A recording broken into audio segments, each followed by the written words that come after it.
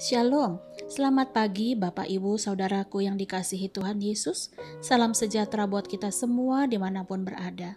Saya mengajak Bapak Ibu Saudara semua pagi ini kita kembali bersaat teduh dan berdoa dalam renungan penuntun kehidupan setiap hari. Kiranya damai sejahtera Allah dan tuntunan Roh Kudus menyertai kita sepanjang hari ini. Tema renungan pagi ini, respon terhadap rasa bersalah dan malu. Nats Alkitab terdapat di dalam Yesaya 54 ayat 4-7. Demikianlah firman Tuhan. Janganlah takut sebab engkau tidak akan mendapat malu, dan janganlah merasa malu sebab engkau tidak akan tersipu-sipu.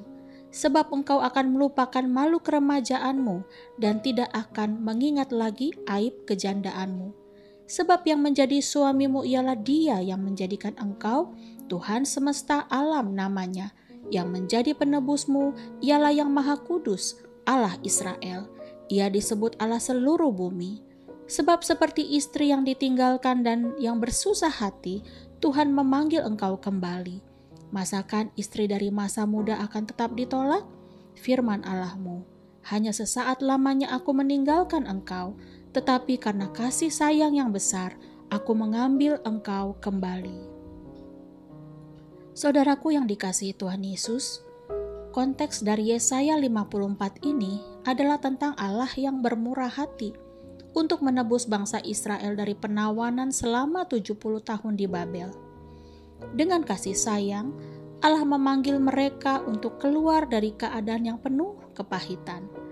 Karena Israel digambarkan ibarat istri yang ditinggalkan suami karena perzinahannya, tetapi suaminya datang kembali dan membawanya pulang.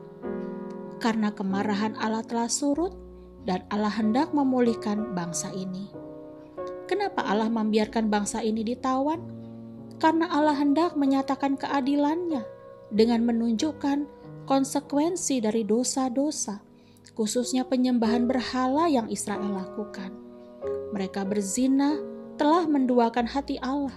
Meskipun Allah telah mengirimkan nabi-nabinya, tetapi mereka tetap tidak bertobat.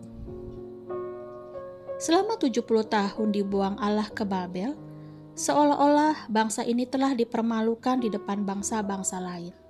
Mereka ditawan dan ditinggalkan. Itu sebabnya ketika Allah mau memulihkan keadaan mereka, Allah memberikan garansi, jaminan bahwa bangsa Israel tidak dipermalukan lagi, dengan memberikan janji pembebasan bahwa kasih setia Allah tidak akan beranjak dari umatnya, dan janji pemulihan bahwa mereka akan mengembang ke kanan dan ke kiri. Keturunan mereka akan memperoleh tempat bangsa-bangsa dan akan mendiami kota-kota yang sunyi. Saudaraku, biasanya ketika suatu konsekuensi yang terjadi atas perbuatan-perbuatan salah yang kita buat, timbul kesadaran yang namanya rasa bersalah dan rasa malu. Rasa bersalah adalah perasaan penyesalan atas perbuatan seseorang. Walaupun tidak nyaman untuk diterima melalui teguran, tetapi ini adalah sarana yang baik untuk belajar dari kesalahan kita. Sedangkan perasaan malu adalah perasaan menyakitkan yang membuat seseorang merasakan dirinya menjadi hina, tidak berdaya, serta tidak berharga, sehingga dapat berdampak negatif pada perilaku. Perbandingan antara rasa bersalah dengan rasa malu sebetulnya tipis sekali, saudara. Merasa bersalah saat kita berbuat dosa adalah respon yang baik. Jadi kita dapat berlari kepada Tuhan dan mencari pengampunannya. Tetapi rasa malu ketika kita berbuat dosa adalah respon yang buruk, karena oleh rasa malu memaksa kita untuk menghindar atau lebih suka menarik diri, kehilangan damai sejahtera, dan hidup dalam kekhawatiran. Saudaraku, iblis sangat senang ketika kita menderita rasa bersalah dan malu. Terlebih ketika kita merasa bahwa semua akibat yang terjadi adalah kesalahan kita. Kita harus sadari, saudara, dan jangan biarkan rasa bersalah dan rasa malu terus-menerus mengintimidasi kita. kadang-kadang Tuhan mengizinkan kita untuk melihat kesalahan kita atas dosa. Tuhan perlu menyingkapkan apa saja dosa-dosa itu dan betapa buruknya perilaku atau perbuatan-perbuatan kita terhadap pertumbuhan rohani. Sehingga teguran Tuhan menuntun kita kepada pertobatan.